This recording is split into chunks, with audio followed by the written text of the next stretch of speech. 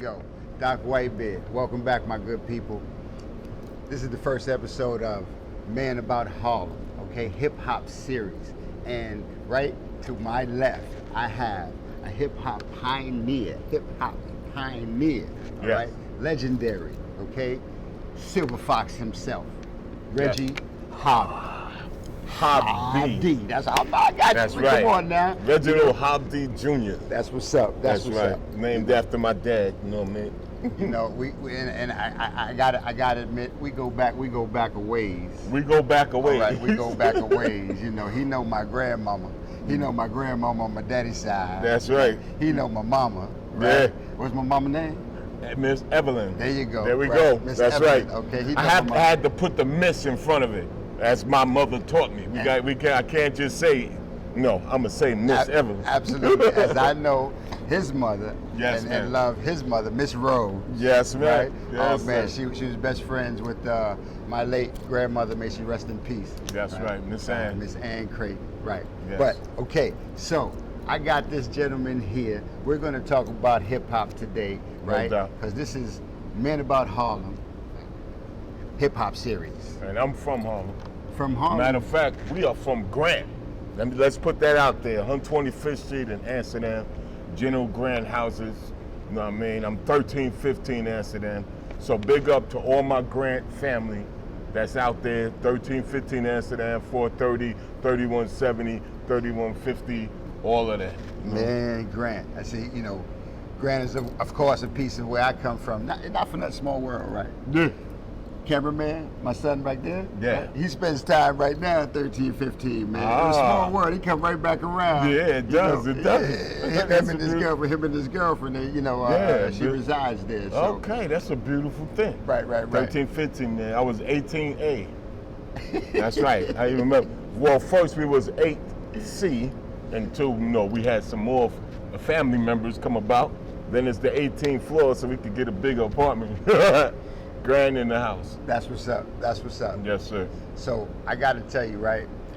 You know, the reason why I have this gentleman here to my left, next to me, and first off, I got to thank you for taking some time out of your busy schedule, because I know you're still doing things in the hip hop, you know, in the hip hop community and out there, you know, still getting your groove on. So thank you for taking this time out to talk to a brother. You got it. I appreciate it. But I got to tell you, so the story is, pick that up, baby. It's all right. It's live. When you live, right, you keep it moving. Right? So the story is, I'm coming home, and I'm driving, and I hear LL Cool J. Right? My man. LL Cool J, you know, and he's shouting you out, Silver Fox. He's talking about, you know, lyricist, and he's talking about the beginning of hip hop, true hip hop back in the day. Right. Cool G Rap. Cool G Rap. Underground, where y'all used to go and hang out. Actually, he said he was younger, right? And he was maybe 16, 15, 16 years old. He was 16, yeah, 16, 15, yeah. And he hung out, he came down to see me. We had with Fantasy 3 was our group, you know, but he came to see us, and he wanted to get signed, but he hung out with me, you know, because I'm a prolific lyricist, as he took note on, and, you know, so we hung out. Yep. No doubt. What was the name of the club? What was the name of the underground club y'all used to go to? Oh, it's called Joe Grant's, matter of fact. Joe Grant's. Yeah, Joe Grant's was, it wasn't really it wasn't a club until I started emceeing over there, and then people came to dance. What it was a scramble spot, like what we call scrambling back in the day. You know, the hustlers and so forth. They come there. The place don't jump off until like 2 in the morning. Many of our young viewers don't know what scrambling is, right? But like he said, hustling. That's right, the hustlers. So after you finish hustling, you're gonna go to a spot where you could sit back and do your thing and you know, be able to sit back with no problems. And that's what Joe Grant was. And Joe Grant is the guy whose spot it was, you know. So I went in Joe Grant's one time. There was a DJ in there, DJ Rudy Roo. I called, you know, and he's in Grant, matter of fact, right now. Big up to Rudy. But there was, and also Joe Grant's son was there. So I told him, I said, hey, you know, if I don't sound good, let me get on your mic. If I don't sound good, I won't do it no more. So of course, you know, we had everybody was dancing and blah, blah, blah. Next thing I know, I'm there every weekend And that's where I honed my skills at. That's where I met Cool G Rap, and we hung out and we battled each other back. This was before he even made It's a Demo, which was his first joint. But then he changed his style around, and he was like, because Silver Fox is like from the future. Right. And that's basically it. I had philosophy on hip hop, So I brought L with me over there. I brought a few MCs over there, like Tito, Devastating Tito from the Fearless Four. We all went over there. Dougie Fresh came over there. Because see, it's like it was a spot that I started becoming a house MC, right. And I'm like, hey, where my boys at? Where my peoples? Right, Right. And me and my man Fat Kev, well, they call him Fat Kev, but that's Kev Ski, and he's from Grant also. Kev Ski was one of the guys that even helped me to hone my skills, And I big up to Kev because he was my partner in rhyme until I started just going everywhere and doing stuff. We even had a group way before Fantasy 3 called the Glorious Four. Right. And it was me, my brother Benjamin, Kev Ski, Kerry G, Shotgun, and DJ. The DJ was Lee D. Lee D was from Grand also. That's some history right here. Yeah, right here. That goes way Right. back. We even made a record. We went to a studio and made a record. But it was. Speaking of making records, right? Yeah. Maybe some of my viewers don't know your hit from back in the day. I can remember being in the clubs at a young age, real young age, right? Yeah, But yeah. I'm listening, because then I'm 13, 14, maybe running around Broadway International, Broadway International. right? Tell me you wasn't there. Yeah, I was there. I was right, there. That's right. Dougie Fresh was the house man over there. Absolutely, Dougie Fresh. We used to run around too, Doug and I, but that's another story. Yeah, for another okay. day, right? Yeah. It's Your Rock. Right? It's Your Rock. That's the joint I remember. Yeah. Back in the day, another Fantasy joint 3. of yours, right? Fantasy 3, The Mist. The Mist.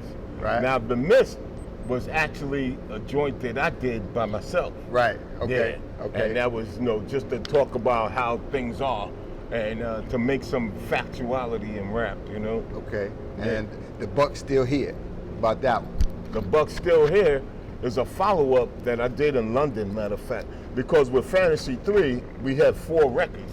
We had, It's Your Rock, which was on Specific Records. And then we went to CCL Records, which was our label. And CCL Records, we had Biters in the City, which was dedicated to the Crash Crew, because after we did It's Your Rock, next thing we know, they come out with Crash Crew rocking on the radio. Right. And the similarities, they play the two of them, and you can tell. I'm not, of course, it's 36 years ago I'm talking about. We still got some hip hop controversy 36 years later, folks. 36 years ago. And there was also Summer and The Buck Stops Here. Right. So The Buck Stops Here was going to be like a solo, first it was going to be all of us. But, it was a difficult process because I did all the writing. I wrote a lot of stuff for Fantasy 3, and that was my job, Right. to do the writing. And I helped them to hone their skills. My man Charlie Rock, big up to Charlie Rock, and Larry D. Are those brothers still here with us today? They still amongst living. the living? Okay, Yes, okay. 'Cause yes. Old Broadway, right? I mean, Yeah. I know. I saw the cats in the video. I tell you, I did my history. I did some Yeah, research. yeah. And I saw Larry D. He was always by 43 Pool back in the Okay, day. yeah, yeah. And Charlie Rock, old Yeah. Broadway up in Claremont, up in the hills. Right? Yeah. They all live, like Charlie Rock is from 134th Street. Larry D's like 125th, close to Broadway, and we just all got together. Right. Now, piece of history, or how we did that. The formulation of Fantasy 3, it came from, I was a solo MC. I was Silver Fox. So I was Silver Fox for a while, and this is before even rapping, I was Silver Fox, because I love my silver, like God, I had more, but you don't wear. If I do that, I'll be looking like Mr. T. For all of those youngsters, Mr. T is a guy that was on the 18, and he had a whole bunch of gold on his neck. Quote unquote. Okay, so I'll be looking like him, and I'm not doing that. So with Fantasy 3, right, around our way, let's put it this way, and our Grant, with Grant and with Up the Hill and all of that, it was the land of Dougie Fresh, Yeah. the Fearless 4, Treacherous 3, No, all of them is from right in that hood. The Crash Crew is up the hill, Foster. They're further up. Yeah. Don't worry about it. Don't worry about it. Mic came off, baby. It's all right. I'm gonna talk and hold on to it. There you go. But the thing is that and so I was going around being a solo artist, and my man Tito, Devastating Tito from Fearless 4, he said, "Hey, I got two guys that want to make a record," and I said, "Well, He's like, "Are you down?" I'm like, "Yeah, I'm down." And I met them, and we got together, and we decided that we would do it. So I started writing it and getting the format together. We tried shopping our demo left and right. Nobody would buy it. No record label would take it. Wow. And the thing was that since a label wouldn't take it, we formulated our own brand.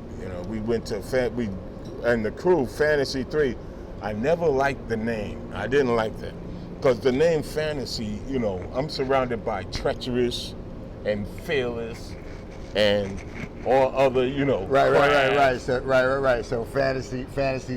Yeah, fantasy was not my thing, But it's funny though, because I listened to that beat on your joint, right? And more so throughout the years, I could hear it, and it's like being sampled left and right. Everybody samples it.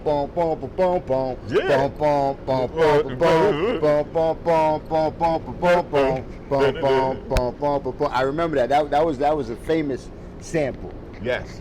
Yes. A lot of people did do that, and that was because the song itself, the instrumental, it was something that they haven't heard before. Yeah. I mean, it started off with thunder, and it had this, the keyboards, and special thanks, rest in peace to the great Pumpkin.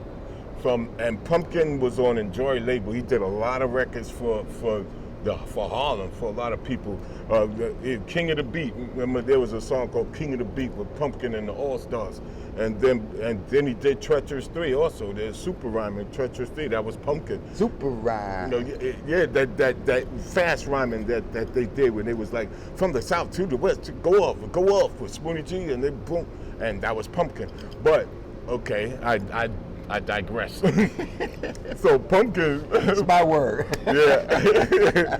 Pumpkin did the music, and Master OC from the Fearless 4, he did the mix down on it, and everybody loved it. And once it was starting to be played, we were there. We were in there. Right. However, just to say that was our first record, and as soon as we were hitting the radio, it got bit by Crash Crew. Now it's not on the crew itself.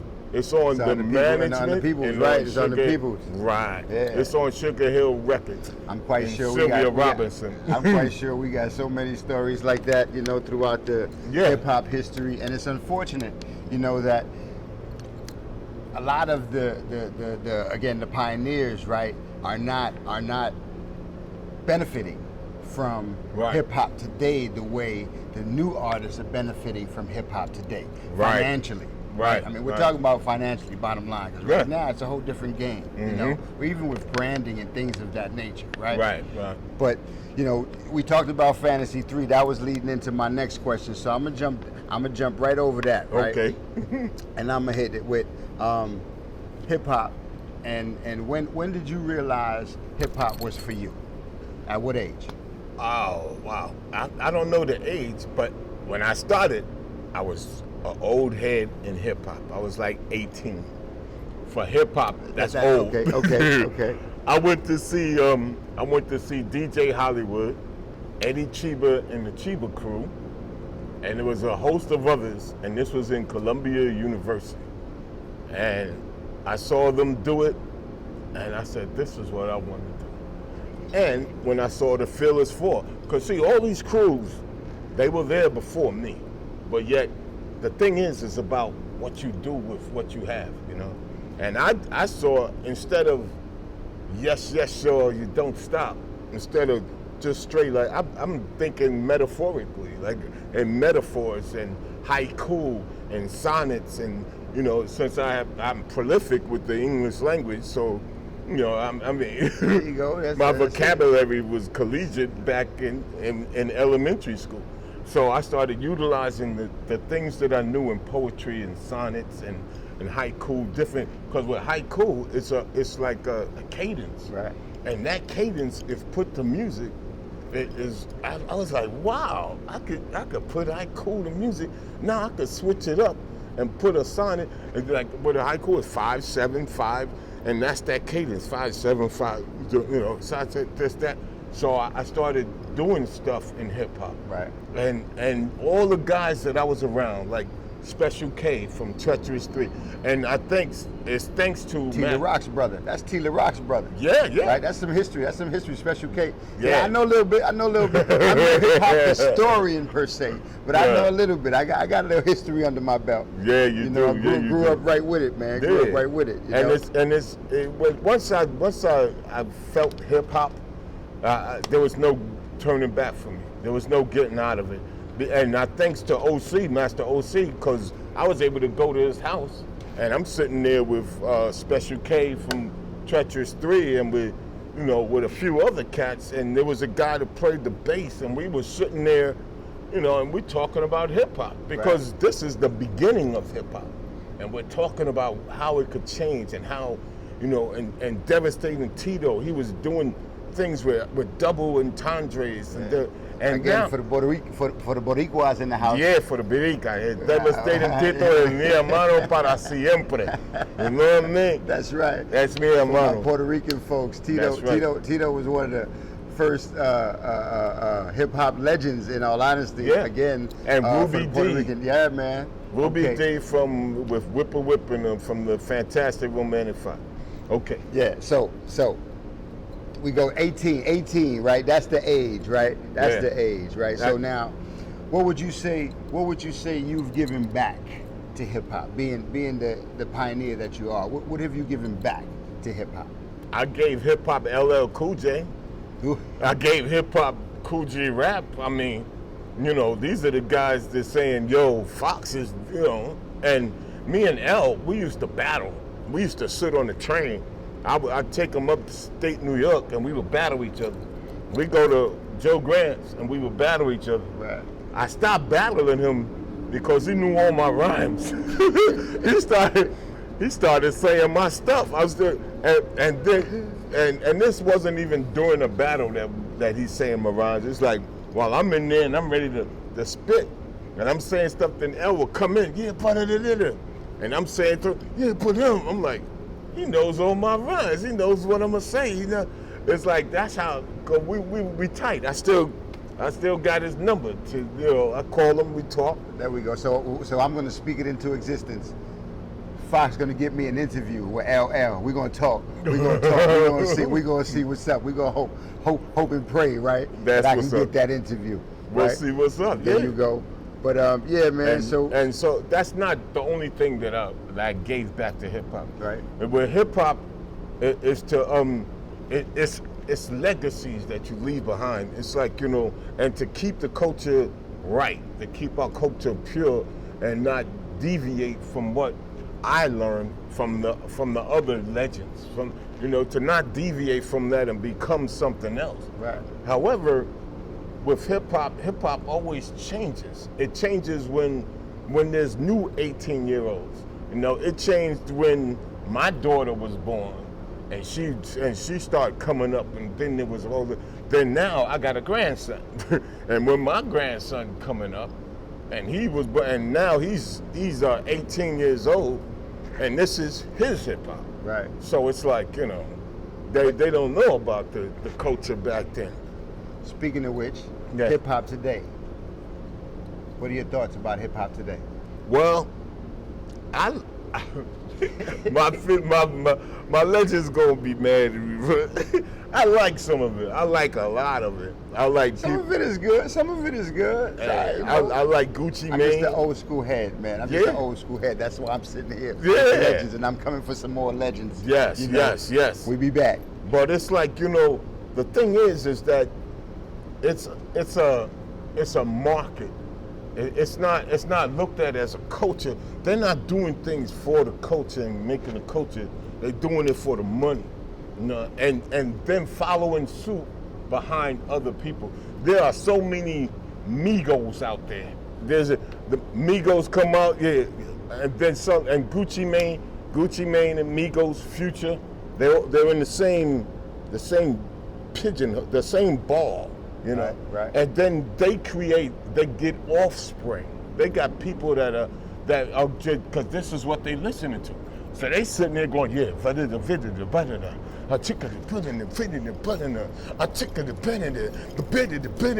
that's their cadence. I mean, I know it is so easy. You know, all I gotta do is throw the words to it. I can read Dr. Seuss book and put it to music and do it, you know. I got a rocket in the pocket, rocket in my pocket. I'm like, you know, it's easy. Do you think they respecting the history? They Rappers? They don't care about history. They don't care about history. All they care about is getting paid.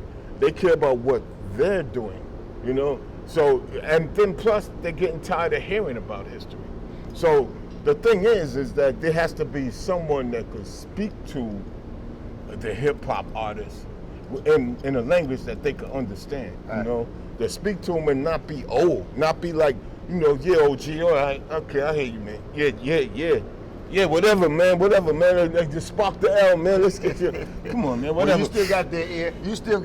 You got to get out there and make something happen, man. Yeah. We got to see. This is going to be the conduit. This is going to be the avenue where we get the Fox back out on the mic. That's what's up. Hitting the airwaves. I have the air of people because I relate to people. I relate to the young.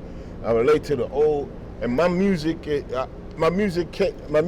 goes through transitions like that too. Right. You know, like I have something for the street. I have something for where it's a beautiful day and we could sit here and listen to my music. You know, I got something for where you take it to the Bronx. She's good. She's looking at me, telling me to wrap it up. That's all all right. We're gonna wrap it up. All right. Hey, so that's what you get when you get an MC in the house. You know. So we're gonna end it with last question. Yeah. All time, dead or alive, top 5. Give it My to me. top 5. Well, I love Biggie. I've been listening to him over and over again. And Ice Cube is the man. I mean, West Coast. he's got so many albums, man. There's so many things that were unheard of with Ice Cube. And this guy, Silver Fox, I think he's pretty good. Yeah. No doubt. He's still living. Always got he's still living, and he's bad. You know. And you know, I gotta go with G-Rap. Cool G-Rap is a god. But see, you can't limit it to 5 because Rakim is the man. I mean, God. But lyricist, right? Lyricist, when you say Cool G-Rap, man, he really goes under the radar, man. And I think LL said it in that interview too. He said, you know, he came out at the wrong time. You know what I'm saying? Some of you cats came out at the wrong time. Yeah. You know, but you know, I think now, especially what LL's doing with the radio show and giving back, he's giving more voice to you guys now. You know, he is. and getting you guys back in play. Yeah. You know. I'm going to we're gonna go to next weekend is the Hip Hop in the Park, right? In Queens, Ralph McDaniels. Right? Yeah. Peso gonna I'll be be out there. Peso's yeah. there. Matter of fact, we just did a video. I was in Peso's video for Money Moves. He's got a video that's gonna be coming out in a minute as soon as it's edited, called Money Moves. And Peso's my man. It's the Fearless 4 from Peso. Peso's from the Fearless 4 and he's from Manhattanville. Absolutely, Manhattanville. That's where I was born and raised. You know, along with Grant, we Harlem. All right, Harlem is universal. So what we got? What you got going on now, man? What are we at? What are you right promoting right now? What's going on right now? Right now, I'm working with my man DJ Speed. I'm gonna say that first of all. Angel Speed Cologne. We got DJ Speed presents Freddie B and Friends. It's got a bunch of people on here. Legacy. And me, that's me right there with the fur. God, man, that dude look good. You know what I mean? Lega, we got P. Chill, we got Sean Black, we got, oh my God, there's a host of others, Lord Chaos, Unique the Chemist. So this is what's out right now. Okay, let's see. Matter of fact, this is what we got going on right now. Yeah, that's going on right now. I got my single that's out called Wheels Fall Off. It's available on all digital outlets, Apple Music, all of that, produced by DJ Speed.